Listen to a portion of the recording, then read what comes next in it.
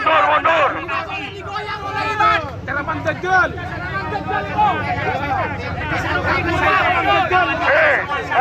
Mundur. Jangan sampai terprovokasi. Menyaksikan ini ujian kesabaran pribumi benar-benar sudah sampai di ubun-ubun. Ini tidak bisa dibiarkan. Pada video ini tergambarkan sekelompok orang yang hendak menimbulkan sedikit gangguan terhadap acara pengajian akbar sekaligus pelantikan pengurus Perjuangan Wali Songo Indonesia (PWI) dan Laskar Sabillah Kota Gresik. Sekelompok orang ini hendak memprotes acara tampaknya, namun alhamdulillah sudah mampu dipukul mundur oleh pasukan Laskar Sabillah, Satrio Winongo, Pasar dan Matra. Kita sebagai masyarakat pribumi tidak boleh mundur dengan sekelompok orang yang tampaknya muhibbin Ubaidillah atau muhibbin Bani Ubaidillah ini. Kita mesti mewaspadai bahwasanya Bani Ubaidillah ini adalah orang-orang yang telah mengeksploitasi ajaran agama yang mengatasnamakan cucu Rasulullah Sallallahu Alaihi Wasallam. Kepada segenap pejuang dimanapun Anda berada, pantang mundur. Siapapun menghadang, tumbur. Agar mereka tahu bahwasanya pribumi Indonesia punya marwah, punya harga diri. Kami adalah tuan rumah di negeri kami. Dan mari kita simak ulasan berikut ini tentang fakta sejarah bagaimana skenario kejahatan Bani Ubaidillah. Orang ini telah mengaku-ngaku sebagai dzurriyyat Nabi. Siapa sih Ubaidillah bin Ahmad Al-Habib? Jadi gelarnya saja Al-Habib ini, Ahmad Al-Habib. Dia ngerti betul kalau dia ngaku Nabi orang nggak akan percaya. Pasti diperangi langsung kalau ngaku Nabi. Strategi kemudian dirubah. Kalau ngaku Nabi orang nggak percaya. Ngaku Imam Mahdi orang belum tentu percaya. Ngaku imam besar atau imam jumbo orang belum tentu mau ikut. Maka kemudian dia mengklaim dirinya sebagai dzurriyyat Nabi. Akhirnya masyarakat percaya. Dan dibohonginya masyarakat muslim ketika itu sampai 270 tahun lamanya. Terbohongi sedemikian rupa. Maka kemudian datanglah seorang pemimpin terkenal, Khalifah Salahuddin Al-Ayyubi. Betapa mengejutkannya. Ternyata terbongkar sebuah fakta. Ubaidillah bin Ahmad Al-Habib bukan dzurriyyat Nabi. Orang ini aslinya orang Yahudi. Kita ulang lagi. Khalifah Salahuddin Al-Ayyubi berhasil membongkar dan menemukan sebuah fakta bahwasanya Ubaidillah bin Ahmad Al-Habib bukan dzurriyyat Nabi. Dia dan leluhurnya adalah orang Yahudi. Tapi betapa mengejutkan bagi kita semua, 270 tahun lamanya umat Islam ditipu.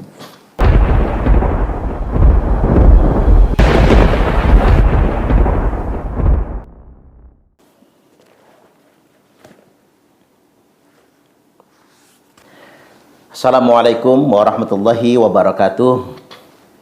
Apa kabar untuk Anda semua? Baik, hari ini kita akan memperbincangkan satu nama. Nama ini jadi kunci, yakni Ubaidillah. Sebetulnya nama ini istimewa di awalnya dikarenakan nama sahabat Nabi. Hanya saja nama Ubaidillah kemudian tercemar setelah tragedi Karbala, yakni anak buahnya Yazid bin Muawiyah. Kita tahu sendiri Yazid adalah raja yang zalim, raja kedua di dinasti Bani Umayyah yang membenci dan memusuhi Ahlul Bait Nabi. Jadi Yazid bin Muawiyah yang memerintahkan Ubaidillah bin Ziyad, gubernur Basra, Kufah dan Khurasan, untuk membantai Ahlul Bait Nabi yang kita kenal dengan tragedi Karbala. Kita tahu semualah dengan ini semua. Tragedi Karbala, di mana Ubaidillah bin Ziyad, si Ubaid ini, memenggal kepala cucu kesayangan Nabi, Imam Husain bin Ali, pada tanggal 10 Muharram. Ini tragedi yang luar biasa, diketahui oleh khalayak ramai dan selalu diingat dari generasi ke generasi. Inilah nama Ubaidillah atau Ibnu Ziyad, karena Ubaidillah bin Ziyad, nama yang tercemar. Tidak hanya menyakiti Ahlul Bait Nabi, juga membantai Ahlul Bait Nabi dan menghinakan Imam Husain radhiyallahu an. Nah, ini tidak pernah dilupakan oleh umat Islam sepanjang sejarah. Apalagi ketemu dengan bulan Muharram, apalagi ketemu dengan hari Asyura. Nah, saya ingin ingatkan buat kita semua bahwasanya sederhana sajalah. Nama Ubaid ini pokoknya nama tercemar pokoknya.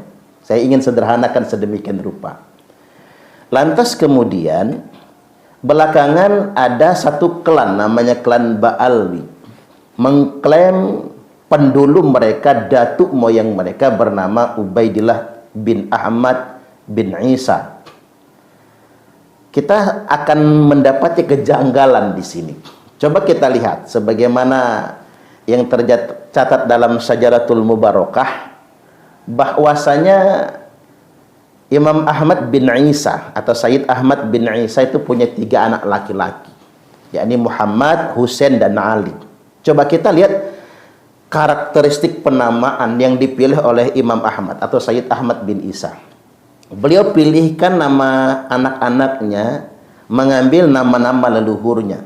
Muhammad itu nama kakeknya, Ali juga nama kakeknya, Husain juga kan nama kakeknya. Loh, kok tiba-tiba orang mencantolkan nama yang keempat, nama yang belum pernah tercatat sebelumnya, nama yang belum pernah ada dengan nama Ubaid atau Ubaidillah ini tadi. Coba kita pakai logika yang sederhana saja. Kita tahu betul nih, yang bunuh kakek kita namanya Ubaidillah, yang memenggal kepala kakek kita namanya Ubaidillah. Masa kita akan ngasih nama anak kita Ubaidillah? Nah, kita berpikirnya sederhana saja.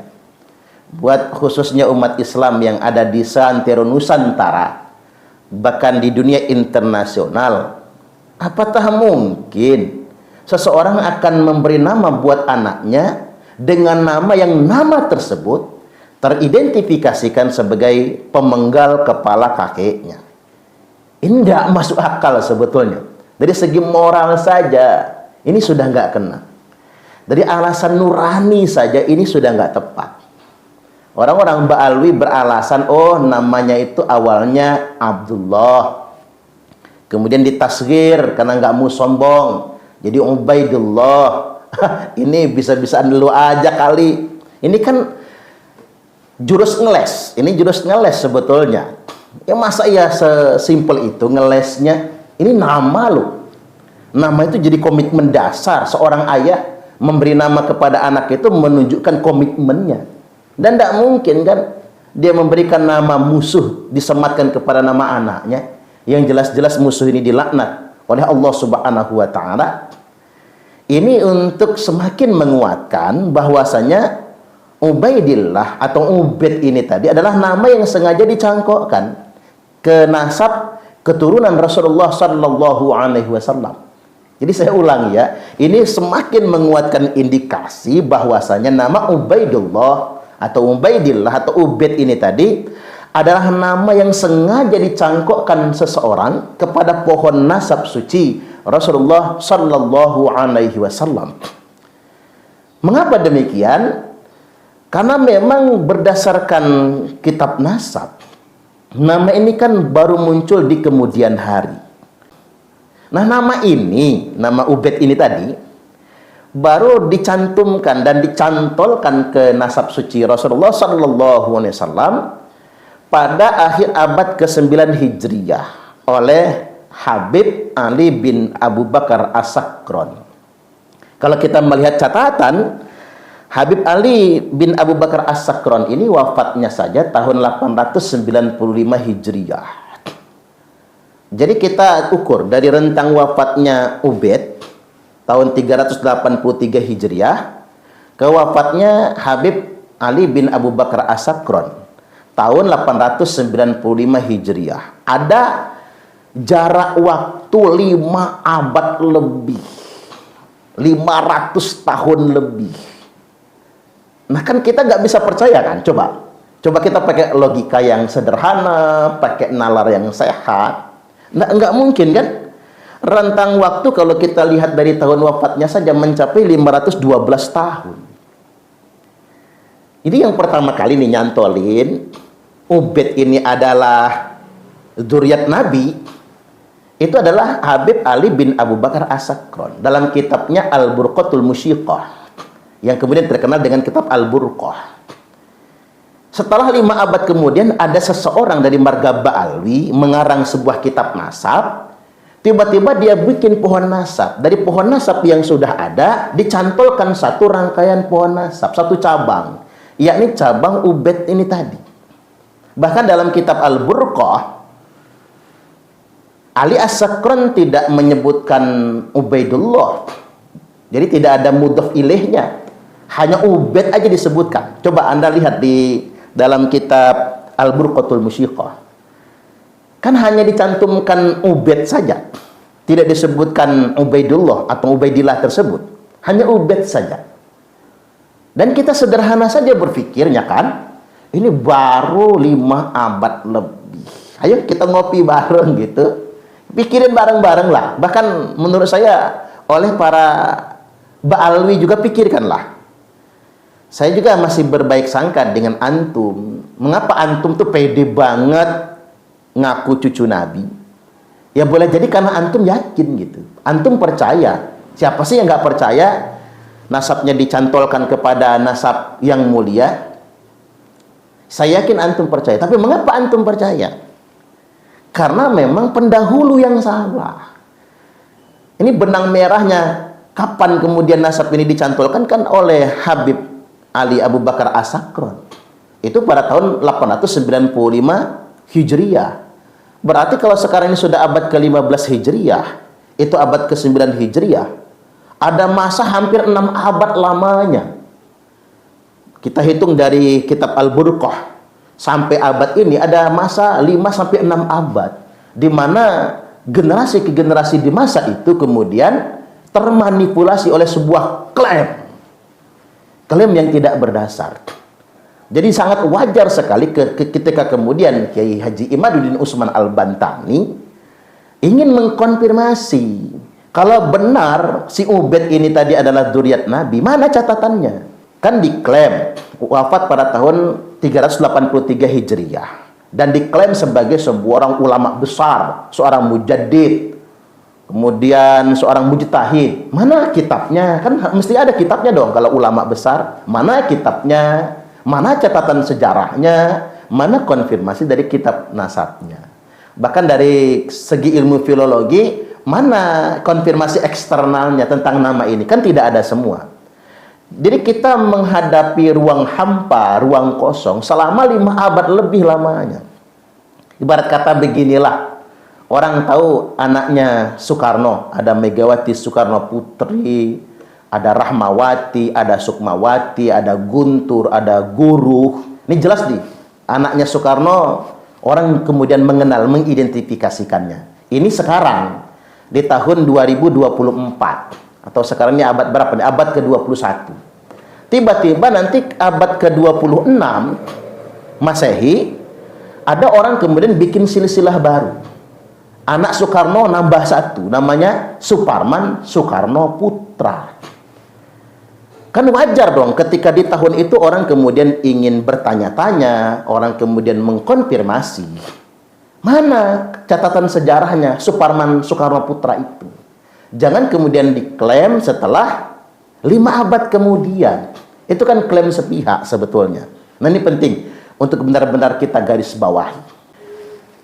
Kemudian yang berikutnya, ada satu hal yang kita nggak boleh lupakan tentang nama Ubaidillah. Barangkali ini sebelum adanya klaim Ubaidillah bin Ahmad yang wafatnya tahun 383 Hijriah, seabad sebelumnya juga ada nama Ubaidillah. Ubaidillah bin Ahmad, sama bin Ahmad juga, tapi gelarnya Al-Habib. Ubaidillah bin Ahmad Al-Habib. Siapa orang ini? Orang ini telah mengaku-ngaku sebagai dzurriyyat Nabi. Nah, ini kemungkinan besar ada indikasi Ubaidillah bin Ahmad yang diklaim sebagai pendulum nenek moyangnya Bani Ba'alwi adalah orang yang serupa dengan Ubaidillah bin Ahmad Al-Habib. Walaupun memang masanya, kalau kita identifikasi dari sejarah, masanya 1 abad sebelumnya lagi. Jadi kalau Ubaidillah bin Ahmad yang katanya Al-Muhajir ini tadi, itu tahun 383 Hijriah, sedangkan Ubaidillah bin Ahmad Al-Habib atau Ubaidillah Al-Mahdi ini seabad sebelumnya. Jadi akhir abad ketiga Hijriah. Nah, kita ingin garis bawahi tentang nama ini. Siapa sih Ubaidillah bin Ahmad Al-Habib? Jadi gelarnya saja Al-Habib ini, Ahmad Al-Habib. Mereka ini mengaku sebagai dzurriyyat Nabi sallallahu alaihi wasallam. Nah, dengan pengakuannya sebagai dzurriyyat Nabi ini, Ubaidillah bin Ahmad Al-Habib berhasil mendirikan dinasti Fatimiyah di Mesir. Nah, dinasti Fatimiyah ini membohongi umat Islam selama 270 tahun lamanya. Jadi mereka mengaku-ngaku sebagai dzurriyyat Nabi, lalu kemudian mereka merasa punya hak terhadap bumi ini dikarenakan mereka itu adalah pewarisnya Nabi, karena ahlul baitnya Nabi. Kemudian mereka mendirikan dinasti Fatimiyah. Mereka dirikan dinasti Fatimiyah di Mesir dengan pemimpinnya ini Ubaidillah bin Ahmad Al-Habib dengan leluhur dan kemudian keturunannya. Nah, kalau kita melihat fenomena Ubaidillah bin Ahmad Al-Habib, dia ngerti betul kalau dia ngaku Nabi orang nggak akan percaya. Pasti diperangi langsung kalau ngaku Nabi. Strategi kemudian dirubah. Kalau ngaku Nabi orang nggak percaya. Ngaku Imam Mahdi orang belum tentu percaya. Ngaku imam besar atau imam jumbo orang belum tentu mau ikut. Maka kemudian dia mengklaim dirinya sebagai dzurriyyat Nabi, sebagai pewaris yang paling berhak terhadap mengelola bumi ini, karena dia ngaku sebagai dzurriyyat Nabi. Dan ndilalah kebetulannya mayoritas umat Islam ketika itu ya percaya aja. Ya samalah kayak kita di Indonesia ini. Ada orang yang hidungnya mancung misalnya kan, mukanya ke Arab-Araban, ngaku cucu Nabi, ya percaya aja gitu. Orang-orang Jawa ini kan husnuzon, orang Jawa, orang Sumatera, Nusantara lah. Kita ini kan gampang husnuzon ya, baik sangka, apa-apa baik sangka. Akhirnya kita sering ditipu karena kita selalu berbaik sangka dengan penipu.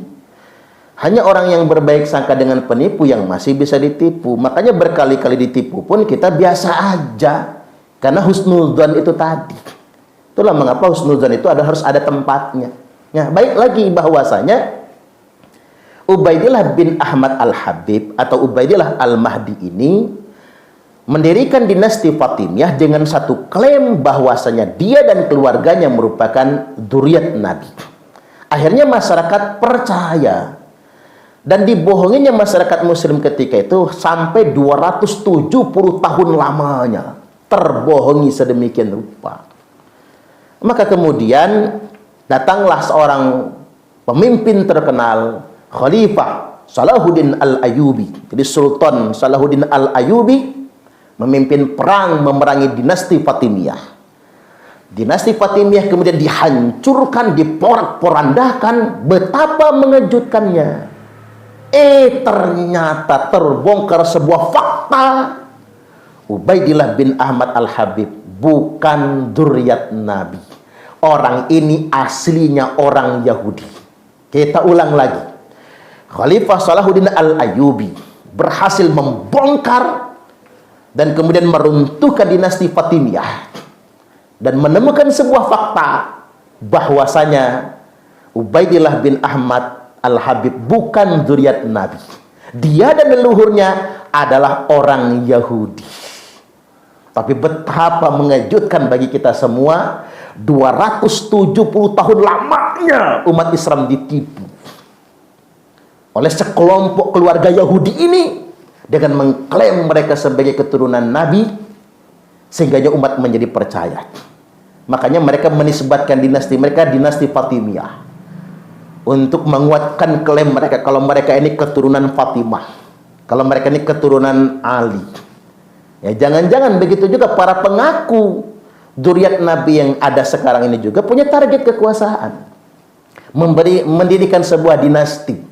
Bisa jadi dinasti itu dinisbatkan kepada Imam Ali, bisa jadi dinasti itu dinisbatkan kepada Fatimah lagi, atau dinisbatkan kepada cucu-cucu Nabi yang lainnya, atau kepada siapalah penisbatan tersebut. Tapi penisbatan ini adalah sebuah klaim, sebuah kebohongan yang memang tujuannya untuk memanipulasi umat. Nah, inilah yang harus kita waspadai.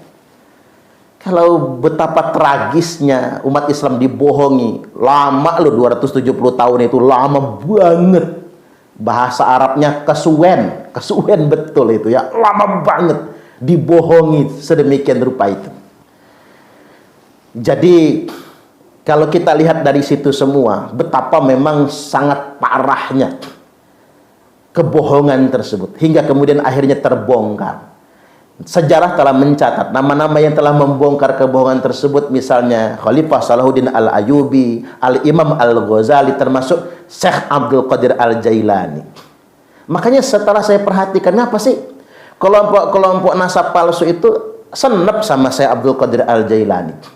Bahkan mereka mengatakan Syekh Faqih Muqaddam itu lebih mulia daripada Syekh Abdul Qadir Al-Jailani. Ini kan ada indikasi dan kesan sengaja merendahkan Syekh Abdul Qadir Al-Jailani. Jangan-jangan dalam tanda kutip ada dendam terselubung dengan Syekh Abdul Qadir Al-Jailani. Apa itu? Sumbangsih Syekh Abdul Qadir Al-Jailani dalam memberantas nasab palsu Ubaidillah bin Ahmad Al-Habib dan meruntuhkan dinasti Fatimiyah. Termasuk juga sumbangsih Syekh Barzanji dan Syekh Dibai. Kan Khalifah Salahuddin Al-Ayyubi buat sayembara, dan yang memenangkan diantaranya Syekh Barzanji, Syekh Dibai, yang hari ini secara turun-temurun kitabnya kita baca, kita membaca sejarah Nabi, sekaligus kita sambil membaca riwayat dan sejarah kita bersolawat kepada Nabi.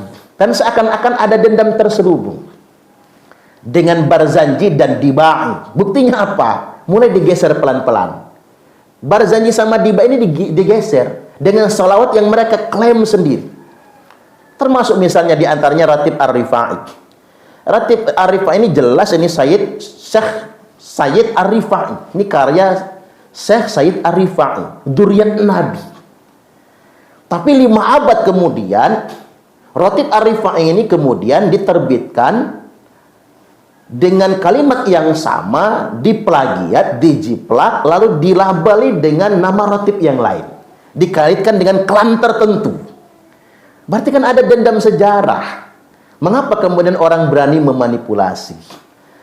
Nah, berangkat dari berbagai macam manipulasi, cerita-cerita khurafat, saya cuma ingin mengingatkan kepada umat Islam semuanya, nggak mungkin beragama itu dibangun atas dasar kebohongan. Nggak mungkin. Percaya tidak? Agama nggak mungkin kan dibangun atas dasar kebohongan. Itu nggak mungkin sama sekali. Karena mengapa? Kejujuran adalah integritas tertinggi dalam agama ini. Makanya sikap wajib bagi Nabi kan as-siddiq. Nggak bisa Nabi itu berdusta. Kalau kita pakai bahasa yang sederhana, kita hidup ini, orang berdosa itu wajar, salah itu lumrah.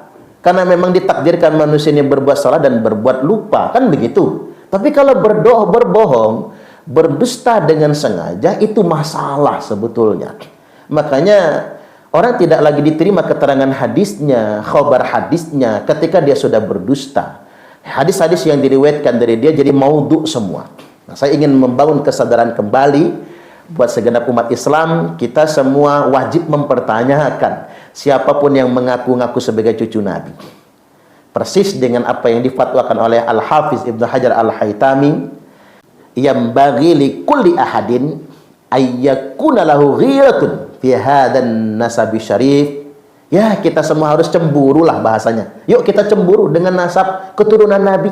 Kita cemburu, kalau bahasa kerennya punya sensitivitas, sensibility, sense of crisis, kepedulian lebih dengan nasab Rasulullah sallallahu alaihi wasallam. Peduli ini untuk cinta, untuk memuliakan, sekaligus juga untuk waspada. Wa dhabatahu hatta la yantasiba ilaihi sallallahu alaihi wasallam ahadun illa bihaqq. Dan kita semua wajib meneliti, terutama para kiai, para ulama, khususnya juga para ahli nasab, wajib meneliti siapapun yang telah mencantolkan pohon nasabnya kepada Rasulullah sallallahu alaihi wasallam.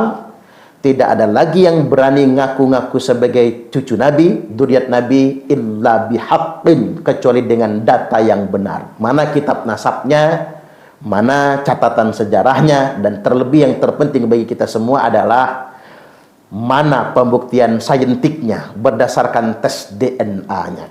Jadi sekali lagi, geger diskursus nasab yang telah booming secara nasional, bahkan seantero Nusantara, merambah sampai ke Malaysia, bahkan merambah kepada sampai Timur Tengah ini. Saya yakin ini merupakan takdir dari Allah Subhanahu wa taala. Terlebih lagi, yakin percayalah, apa yang kita lakukan ini, baik Kiai Haji Imaduddin Utsman Al-Bantani, Kiai Haji Muhammad Abbas bin Yakhsi, Kiai Nur Ikhya, Gus Fuad, kemudian para ulama-ulama yang lainnya, para aktivis yang lainnya, termasuk Kiai Haji Marzuki Mustamar, termasuk juga nasihat-nasihat Profesor Dr. Kiai Haji Said Akil Sirot, dan lain sebagainya. Apa yang beliau lakukan itu tidak ada tendensi apapun kecuali satu niat tulus, yakni menjaga kemuliaan nasab suci Rasulullah sallallahu alaihi wasallam. Kesimpulannya, mustahil Imam Ahmad bin Isa memberi nama putranya dengan nama Ubaid atau Ubaidillah, karena nama ini adalah nama yang tercemar. Tercemar pertama, nama inilah yang memenggal Imam Husain bin Ali radhiyallahu anhuma. Tercemar yang kedua, nama inilah kemudian yang menjadi pengaku dzurriyyat Nabi, yakni cucu palsu yang telah mendirikan dinasti Fatimiyah dan diperangi oleh Khalifah Salahuddin Al-Ayyubi. Belum lagi indikasi-indikasi tercemar lainnya. Wallahul muwaffiq ila aqwamit thariq. Wassalamualaikum warahmatullahi wabarakatuh. Kami adalah Laskar Sabilillah, pecinta Wali Songo dan para anbiya, pewaris peradaban Islam di Nusantara hingga berkibar bangsa Indonesia.